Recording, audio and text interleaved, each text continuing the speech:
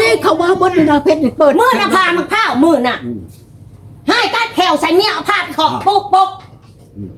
บ่น้องบ่อยู่บ่น้องปุ๊กเมื่อเพิ่นไปหาเลยหาน้องมาว่าก่อนเจ้าออกไป คือข่อยหาเลยฮะน้องแล้วข่อย เข้าไปมาบัดนี้เจ้าถึงแล้วตะปูมาตอกปุ๊กปุ๊กเข้ามานี่ตอกตะปูนี่เห็นบ่นี่ตอกตะปูนี่เจ้าแรงแบบนี้ ยาไม่พออยู่ตัวครัว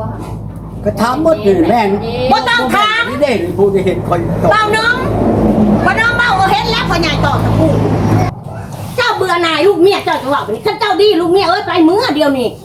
คอยนี่หักมากเจ้าแล้วจังได้เขาว่าผิดขอโทษขอเปลี่ยนแปลงขอเอากับเจ้าคืน ยุด อันนี้ยังได้เจ้าว่าเจ้าอยากมาเอากับเราคืน ยุดมือของพี่กับเจ้ามือสุดท้ายนั่นเจ้าว่านี้เจ้าโดนจะคอยกั้นแถวสุคอย เจ้าลงนี่แต่เถียงกันแต่เช้าโมงคุณ เจ้าอย่าสุบ้ารถเมียได้เจ้ามาขาตีเขา ก็ยังบ่เห็น เอาเมียได้มาเจ้าก็ตี อ่าน บ่แม่นเจ้าก็ตีลูกตีเมีย แม่นแล้วของเจ้าเป็น เอาเมียได้เจ้าก็ตีบ่แม่นแม่ก็ตามก็จะบอกให้ยุดตั้งบ่แล้วบ่อื่นจะเว้ากันเว้าได้ยังให้มาเอาขาดองซาอื่น8 โมงก็ให้คอยให้บ่พอให้คอยบ่ให้มันสมมาพาควรบอกคำนี้มาแล้วคันว่าบัดนี้เพิ่นเป็น โทรมาเนาะตะบ้านบ่ได้โทรมาเมื่อกี้นี่สิไปหา เขา คน น่ะ ไว้ เขาน่ะบ่ยาคันกูไปลงไปกินน้ำอยู่ท่าโคนน่ะเขาว่าเฮา กินน้ำคอยบ่กินคนสิบอกให้นี่ กินแล้วตัวหาว่า เจ้าอาฆาตคอยก่อนคอยสิเอาเจ้าคือกันแต่คอยบ่เอานี่ไปนี่จะตายไม่อยากผิดชอบความผิดชอบเด้อจะเว้าเอาเลย การกูคอยก็สิขึ้น ฮอดชนกลางก็ฮอดไปพวกกับบ่ญาติคือกันพวกกับบ่ญาติคือกันดอกไป ทุกคนวันนี้มาจนได้เนาะทุกคนเนาะประตูมาแล้วพูกระเบื้องกันทุกคนมีไฟชีวิตไฟชีวิตถือเด้อทุกคนวันนี้ สบายดี สบายดี ทำนำกันเนี่ย โดย ลาอย่างนั้น สิได้ฮู้นำกันมื้อนี้ว่าสิเป็นอะไรเด้อทุกคนวันนี้มาลุ้นกันทุกคนตอนนี้ก็มาฮอดเฮือนแม่มาไล่ทองเป็นทีเรียบร้อยทุกคนเนาะก็สิมาฟังเหตุฟังผลนี่แหละทุกคนเนาะว่ามันเรื่องราวนี่มันสิตกลงกันแนวใดเนาะสิได้อย่าห่างกันแท้บ่หรือว่าสิได้แบบบอกซ้อนแล้วกลับไปอยู่นำกันใหม่บ่ทุกคนเนาะก็มาลุ้นนำกันทุกคนเนาะเด้อทุกคนมาลุ้นนำกัน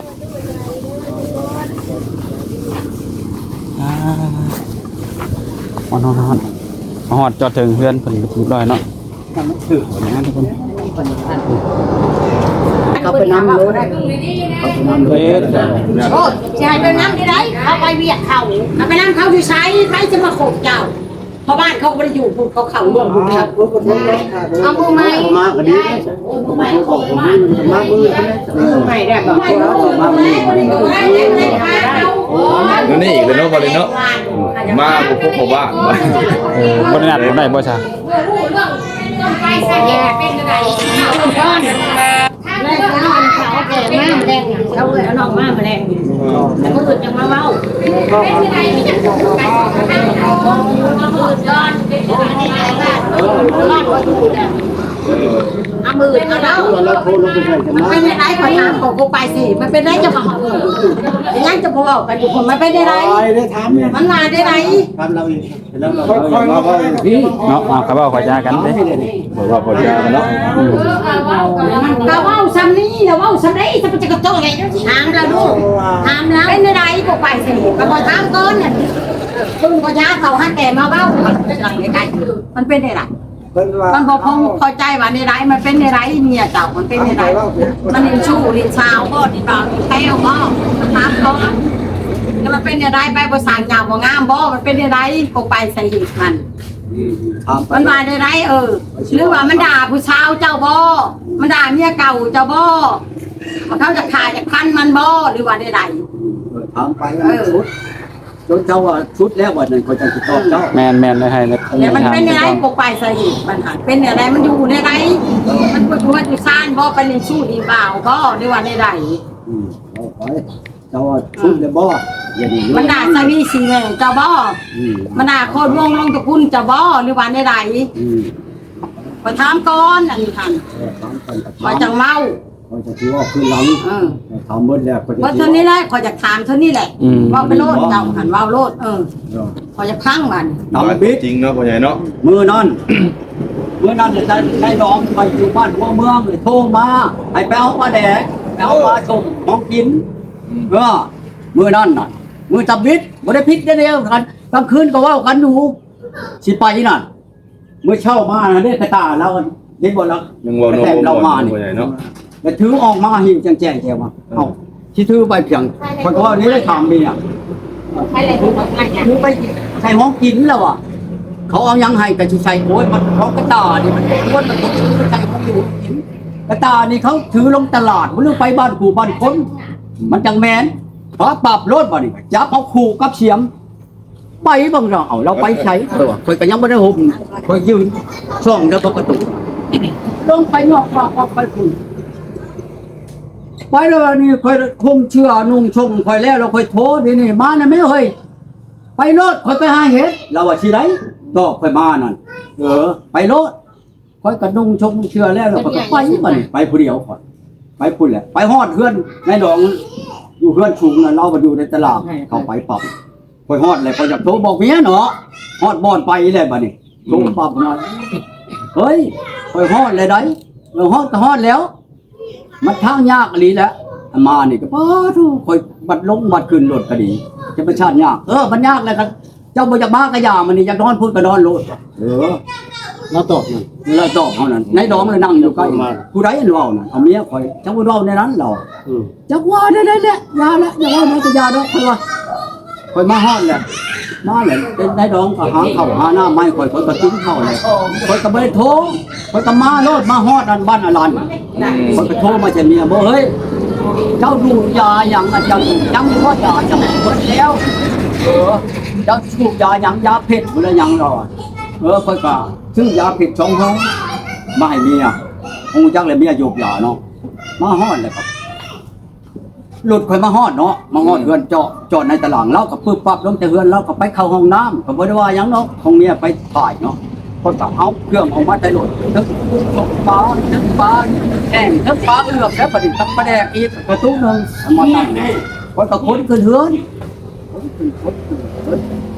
อันนี้ล่ะฟ้าชุ่มยังกันกองอยู่ทางขึ้นอันนี้ทางเฮือนก็ไปหิวของผู้ว่าสิมาใช้ฟ้าชุ่มนั่นมาเราก็ไปหิวไปแหละคนก็ยาบัดนี้คนก็ไปตั้งหัวผู้เมียก็เชยอยู่ก็บ่ได้ว่าได้กันบัดนี้มือนั้นมือที่1มือที่2มาอีกบัดผู้แขนในบ้านอันนี้ผู้แขนบักลีน่ะเขามาเว้าเด้มื้อวันศุกร์บ้านนี้ล่ะครับไปปุ๊บเฮ้ยลูกเขาอ่ะเอาเข้าไปเอาอันหยัดใส่ติ๊บน้อยให้เด้อไปผู้แขนเขาแล้วก็ลูกมาแล้วก็นึ่งเขาทำแน่แล้วก็หิ้วติ๊บเขาน่ะออกมาแต่เช้าพูดหน่อย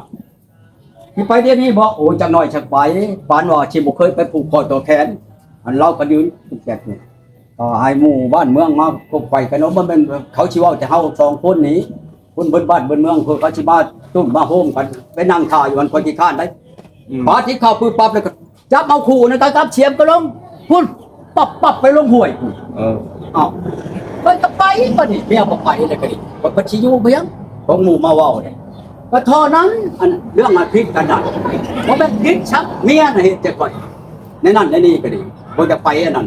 บ่จิไปให้คนไปยังคือว่าไปเอาประแดกทางเด้เนาะแต่คนไปผู้เดียวก็2 เทื่อ3 เทื่อลงรถ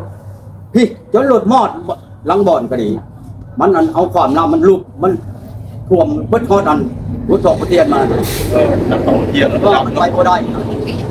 ไปกับเมียบ่นั้นแม่นถูกเจ็บรอบมื้อนั้นเจ็บหยังรถสิลง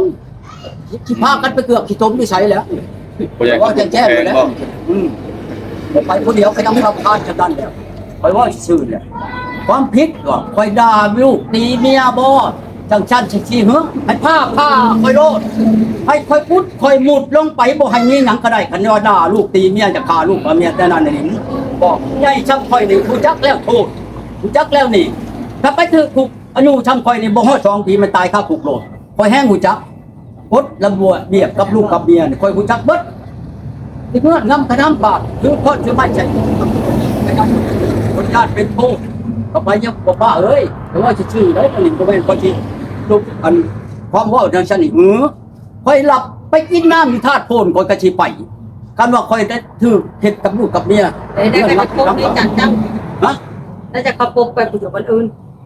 เอ้าก็บ่จังกับเราแล้วเราไปอยู่คนอื่นก็เรื่องของเราบ่แม่นค่อยว่าสิไล่อ่านปานนี้นี่ไปลงชิปนี่นี่ไปลงคำเลยชามมุงเดี๋ยวเราไปใช้อันแม่ตู้ดิจังหวะแล้วสิอยู่เพียงหลานผมเรืออยู่ใช้ก็ชนะคนก็ว่าดังนี้ไปถามเรานี่เราไปลงชิปกับคนแล้วก็จะให้เรากับเมื่อแล้วก็โทษชะโมนี้บ่เห็นเราเลยโทษชะโมนี้กับมันเมียหมอนี่เห็นได้เฮ้ยเมียติงอยู่ใช้ได้ดิชูนี่โทรใช้แม่นบอกเราอยู่ใกล้ๆอะไรจังเลยเราขึ้นมาแม่นหรอตัวจะรอพักพักน้อยนะไปลงไปเลี้ยงหลานที่ลูกหมอนี่เห็นบ่ไม่เท่าบอกเห็นแต่เว้นเอาเนี่ยเราไปน้องใช้แต่เดี๋ยวนี้นั่นไปหาชอยกูในขวาหลังเดี๋ยวไหนอันไม่เท่ามันจะไปหลอกหวยช่องมือคอยใส่ปากอยู่ใช้เอ้ยมาเด้อคอยบอกก็มิดเฉยหน่อยโง่ใช้กับบริษัทโทรศัพท์เอาแล้วเห็นได้บัดนี้ก่อนมึงชีวาได้ยังไปเข้าไปหาป่อตู่อันนั้นพาเองเข้าไปเนี่ยมันเลิกเลยโอ๊ยไปสิได้เลยเราสิไปใช้ได้ลุงเอ้ยหมอนั่นเลยจ้าไปเช่าบ้านไปโทรมาหาน้องชายเอาอยู่ที่แล้วก็ฉันปล่อยมีแห้งชำกันก็ค่อยได้เงินชิปเช่าล้านเขาเห็นเมียเขาอยู่หันนั่นบางเทื่อเด้ไปอันนี่ช่อนป้อนตัวอยู่ตามป่าตามดอนเป็นบ่คอยแห้งขึ้นคืออันเชื้อตัดชัดกินเป็นบ่หรือว่ามีขมอกขมุยมาคมคือตีลูกตีเมียค่อยพี่หักโทษเมียคอยแห้งหูจักแม่นแล้วว่ะก็คอยชิน้ำนี่กันว่าโอ้ยอยากเป็นอะไรกระจาคอยบนน้ำช้ำอันนี้คอยขึ้นห่วงเป็นห่วงน้ำเมียย่านว่ามีคนมาข่มคือแม่นบ่มีเนาะอยู่ผู้ใดผู้หนึ่งอยู่ผู้เดียวแม่นบ่ค่อยนี่หักโทษมาหมู่เจ้าบ่โทษช่องมีตีนหมู่เจ้าเดียบปากค่อยนั่นค่อยพลิกดันไปอยู่นำเจ้าไปยังบ่ไต่บ่นำบ่ห้องบ่หาค่อยห้องค่อยหาอะไรได้ให้ค่อยชุดคือตะเวนตก ตัวไปทำเพื่อนทีกันน้อง ถามไปมันก็บ่มีเนาะเงินคงอยู่ตรงนาพุ่นมีแต่ลูกนอนนี่อยู่นอนเที่ยงกัน พูดว่าให้บอกไปหาเที่ยง เที่ยงบ่เขาบ่ได้นอนน่ะเพิ่นก็ไปเรื่อง โอ้มาขอ ไว้ว่าหา เขาก็ไปเบิ่งเขาบ่เห็น หันสแปงหันไว้เด้อ แล้วเมื่อเช้ามาแล้วค่อยเอาหมอนี่กับเมียนี่มาถามมึงรู้ถามเราเฮ็ดจังได๋เอ้ยเดี๋ยวนี้เฮาก็อยากให้อ้ายให้น้องนี่มาบอกมาสอนไผผิดไผถูกก็ถามรถนี่บ่แม่นค่อยสิว่าผู้เดียวค่อยนี่ ชกชุบมันแรก ได้พอแล้วมันแล้วได้บ่ค่อยบ่อยู่ย่านเจ้าข่านี่บ่ได้นี่แม่นบ่เลยค่อยชิเงินน้ำกระทำปากไหนว่าจะข่าเมียบ่ชันที่เพราะสิย่านค่อยค่อยบ่ได้เฮ็ดหยังสิว่าเอานั่นไปจังค่อยก็แพงเลยเมียแต่เมียเมื่อนี่ค่อยก็เป่าไปหลายตึกแล้วค่อยก็ชื่อเรื่องความเห็นความรักเรื่องความเขาทำหน้านี่แต่มีนะค่อยก็บ่ได้เมียว่าจังซั่นจังซี่จนบ่นอนเป็นใดเมียเจ้ามาเอ้าเมียเพิ่นมาก็เบาเฮาแล้วนึ่งเข้าก็บ่ค่อยก็บ่ได้นึ่งเฮ็ดกินก็บ่ได้เฮ็ดงัวควายนี่ก็บัดเล่าบัดเฮาก็บ่แม่นร้อยแต่เล่านี่ก็ดีเบิ่งแย่งนั่นได้โอ้ยครับแช่บ่เล่าให้กินแต่บ่แช่ค่อยก็บ่ติเมียเนาะแช่ไปแล้วคักอะลีบ่นอนเนี่ยไปกินคักอะลีว่าแค่นี้ถามรถนี่ผู้ว่าลุงคิดบ่แม่นก็สิหาใช่สิเอามันจังนะคือมื้อนั้นแล้วมื้อนี้เล่าแกงบ่คักไปได้ค่อยไปแกงลงไปหักค่อยบ่ตีบ่เมียกินแช่หักเก็บหมดกันแต่ว่ามันไปแกงจนว่าชุมมากินเจ้าก็แกงเป็นโอ้ยสำแกงลงไม้เป็นเบิดแล้วถามเล่าคือเจ้าล่าปลาเป็นบ่เล่าก็ล่าปลาให้กินกับค่อยไปชื่อปลาเน้นมาแทนตลาดมาเลยเล่าเฮ็ดได้กินจะมิดน่ะตัวเองว่าลาบเล่าเอ้ยบ่ลาบกระยายเอาไปมาแล้วก็ว่าปิ้นมาอีกลาบเนาะแล้วลาบกันเขาจะกินนี่นะ บ่ซื้อ บ่แม่นว่าค่อยอันหานี่หาใช่กับเมียอะไรนี่ค่อยเว้าซื่อๆเลยแต่เมียไปแล้วนี่ค่อยเบาช้ำกันมันสิว่าร้อยก็เป็นเพิ่งนึงแล้วเบาไปนั่นน่ะ50แล้วค่อยเว้าซื่อแล้วบ่ได้ติลูกติเมียว่าให้ลูกให้เมียจังซั่นบ่ได้เว้าคือกันกับเราอยากมาเนี่ยค่อยอยากให้เว้าไอ้น้องอบรมปฏิรมอยู่หั่นต่อไปแล้วบ่ให้เฮ็ดคือเก่าเราบ่เอาเราอยากพามาเว้าพี่ก็มาถามเลยนี่เขาทำเด็กแล้วจากมาว่าจริงมาคอยพักมาคอยโบกีนน้าเมียนี่ถ้าว่าคอยพิษกับคอยย้อมว่าตัวนี้เห็นตัวนี้ก็ดีค คนบ่ได้ด่าลูกตีนี่หยังไปกินน้ำเขาก็สิไปกิน หยุด จะฟังว่า ถามเพิ่นน่ะเว้าก่อนเราจบเดี๋ยวก่อนระวังนะผมจะบอกระวังอีกบ่เด้อขอจะเว้าบ้านนี้เราจบเด้อแล้วมื้อนั้นเนาะสิไปเอาปลาแดกเว้ากันจบเจื้อในดองเงินโทรไปหาในดองปลาแดกเขาไปบ่ปลาแดกไปนำเด้อไปก็ไปกลัวเว้าไปมิ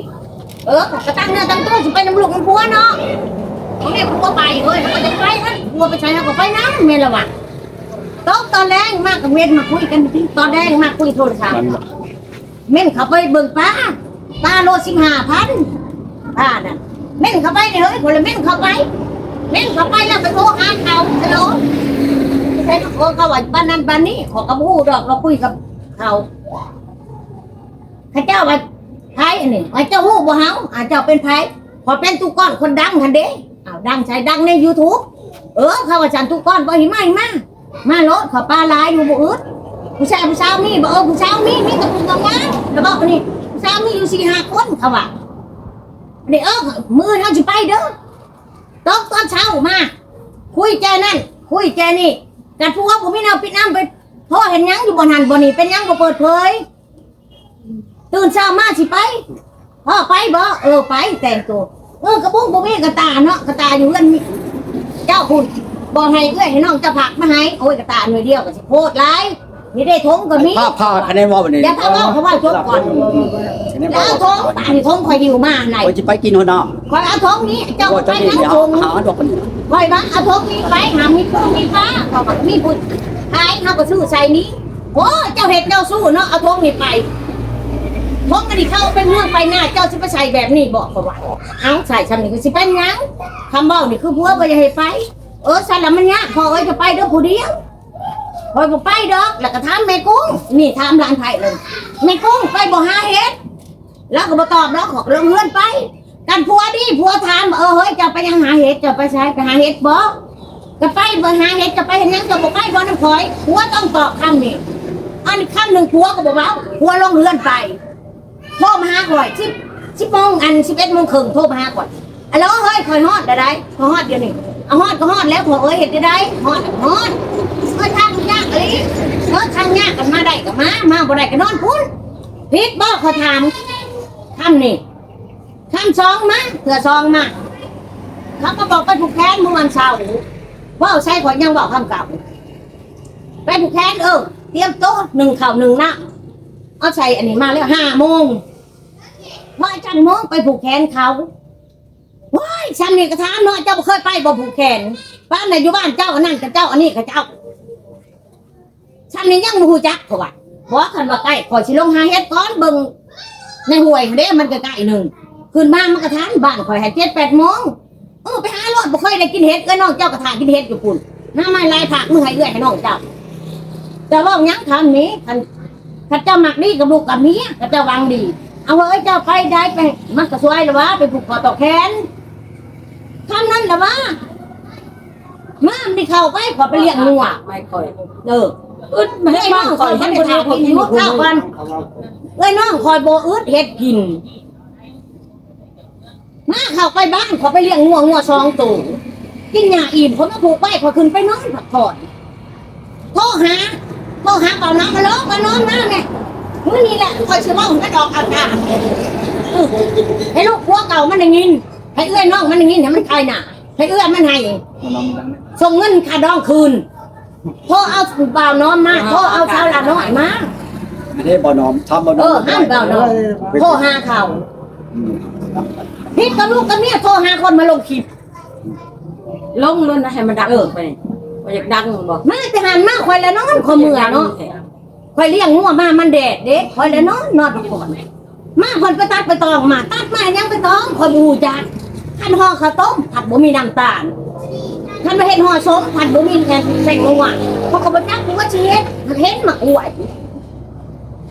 ขันห่อข้าวต้มผัดบ่พอขันไม่แล้วชาเราน้อยมาท้าไผ่ห่อต้มเนาะใหญ่เนาะหรือใหญ่ทานมาเลยมามันทำไมนอนเมื่อคืนคอยนอนฉี่มันเมื่อคืนมันบ่รับไปนอนขอนอนฉี่มันเมื่อคืนเขาต้องคอยห่อเองเจ้าประจานพันนาเนี่ยยังฮีอยู่สินเจ้าเอาไปประกาศจะว่ายังคันนี่กันเจ้าดี จื้อไว้มื้ออื่นจะเว้ากันให้มันแล้ว ตัวนี้น่ะ วันนี้มันเว้าบ่แล้วเขานี่บ่แล้วก็บ่อยู่ กูจะมาส่งกูเอาอันนี้กูเอาบ่ได้แหละกับพ่อบ้านให้เอา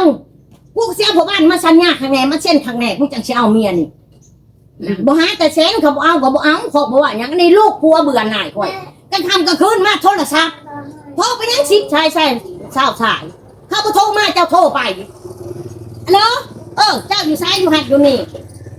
โอ้เจ้าผัวละบ่ดำไห้ดำหน้าแล้วละบ่เจ้าบ่ได้ผัวเฮ็ดได้จะมีแนวกินอยู่จังได้กินจังไดข้าวจนว่าอ้าวบ่มีผัวข่อยหากินแต่ละมื้อเด้บ่เห็นข่อยตายเขาตอบคำ คิดได้ว่า โทรไปหาผู้หญิงอยู่หันอยู่นี่คอยบอกแล้วได้หนึ่งมาจะโทรไปหาผู้แสบพันเช้าให้เปลี่ยนจิตเปลี่ยนใจเท่าแล้วพอกำลังอยู่กับเจ้าเป็นของเป็นขั้วได้ ถามเราเบิดเขาว่าแต่ของเนาะ เจ้าเป็นพ่อผู้หนึ่งแล้วพอกระใช้ พ่อ เจ้า ให้เว้าซ้ำนี่แหละพ่อแล้วพากัน เรา เว้าจน พอแล้วเราหาใช่ค่อยอยู่มันจะมีอยู่ความตื่นเรานี่ มือวันที่เขาแต่งขันหาชมมาผัวอยู่เฮือนเขาก็ชมมาเอื้อยคอยเอาผัวคนใดเขาก็แต่งขันหาชมมาวันศิลเขาละว่าผัวขอบุญขอคุณนำผัวเจ้าพกว่าคอยหาเรื่องแต่งคันจะไปกันห้างกับเจ้า เห็นบอก มันคือบ่จะว่า ได้ว่าแต่งขันอันมาอันนั้น เจ้าว่าคอยกราบพ่อตีนเจ้า ไปบ่แม่นเขาเชียร์ว่ากับเมียว่าเมียแต่งขันมา เจ้าว่าออกในเพชรในลายเด้อบ่แม่นคนบ่เห็นได้ขอเห็นได้ขอเบิ่งอยู่ นี่เขาว่าบนนาเพชรนี่เปิด มือน่ะพามันข้าวมือน่ะให้กัดแถวใส่เมียเอาผ้าขอกปกบ่น้องบ่อยู่บ่น้องบ่ปกเมื่อเพิ่นเอาไปหาเอื้อยหาน้องมาเว้าก่อน เจ้าออกไป คือข่อยหางเลยฮะน้องแล้วข่อย เข้าไปมาบัดนี้เจ้าขึ้นเอาตะปูมาตอกปกเข้ามามากนี่ตอกตะปูนี่เห็นบ่นี่ตอกตะปูนี่เจ้าแรงแบบนี้ ยาไม่ค่อยมีตัวผัว ก็ถามหมดนี่แม่นี่เด่นผู้ที่เห็นคอย เบาน้องบ่น้องเบาเห็นแล้วพ่อใหญ่ตอกตะปูพัดเล่าไปใส่เรื่องฉันแล้วพัดว่าเจ้าจะมาถ่ายคลิปจักเถื่อเด้อแต่นี่หาเจ้าตายเจ้าเว้าไปนั่นเว้ากระเป๋าน้องนี่เจ้าเบื่อหน่ายลูกเมียเจ้าจะว่าไปถ้าเจ้าดีลูกเมียไปมื้อเดียวนี่คอยนี่หักมากเจ้าแล้วจังได้เขาว่าผิดขอโทษขอเปลี่ยนแปลงขอเอากับเจ้าคืนนี่ยังไงเจ้าว่าเจ้าอยากมาเอากับแล้วคืนหยุดเจ้าเอา8 ล้านหยุดหมูตัวหนึ่งเจ้าสิเอาคืนหยุดบอกดีคอยให้บอกบ่ดีคอยบ่คืนเงินเจ้าดีขอไปเปิดเผยเจ้าที่ว่าเป็นคือพามือเจ้านี่ จุดพ่อแล้วก็มันก็บ่ได้ให้แฮงเนาะ ซ้ำนี่มันบอกว่าผิดพวนหาเรื่องหาลาวครัวอยากปากกับคอยเก่งกว่าลาวคอยสิบอกให้นี่บอกเพียงแรงใส่บอกเพียงแรงใส่แต่ใส่กับผ้าต้อฟาดเงื่อนคอเบียงตี บ่ยังซ้ำนี่เนาะย้อนเอามีลูกมีเต้าเจ้าบ่ ถ้าทุกคนไปถ่ายคลิปการแถวสนุกเสมียงหันจ้า ไปเป็นว่า นั่งพิษกันบอกเป็นหมากบอกเลยตอนแรกก็ขึ้นไปไม่ค่ะไปไว้บอกค่ะ ตอนแรก นี่ตอนหน้าคอยบอกเป็นงานดอกก็ขึ้นได้งานวันละนอน อยากถามเจ้ามือไหนขอเอาไป มือของเพชรกับเจ้ามือชิถ่ายนั่นเจ้าว่ายังจะโดดจะคอยกันแถวสุคอย เจ้าลงนี้แต่เถียงกันแต่เช้าโมงคุณ เจ้าอยู่สุบ้านรถเมียได้เจ้าก็ขาตีเขา ก็ยังบ่เห็น เอาเมียได้มาเจ้าก็ตี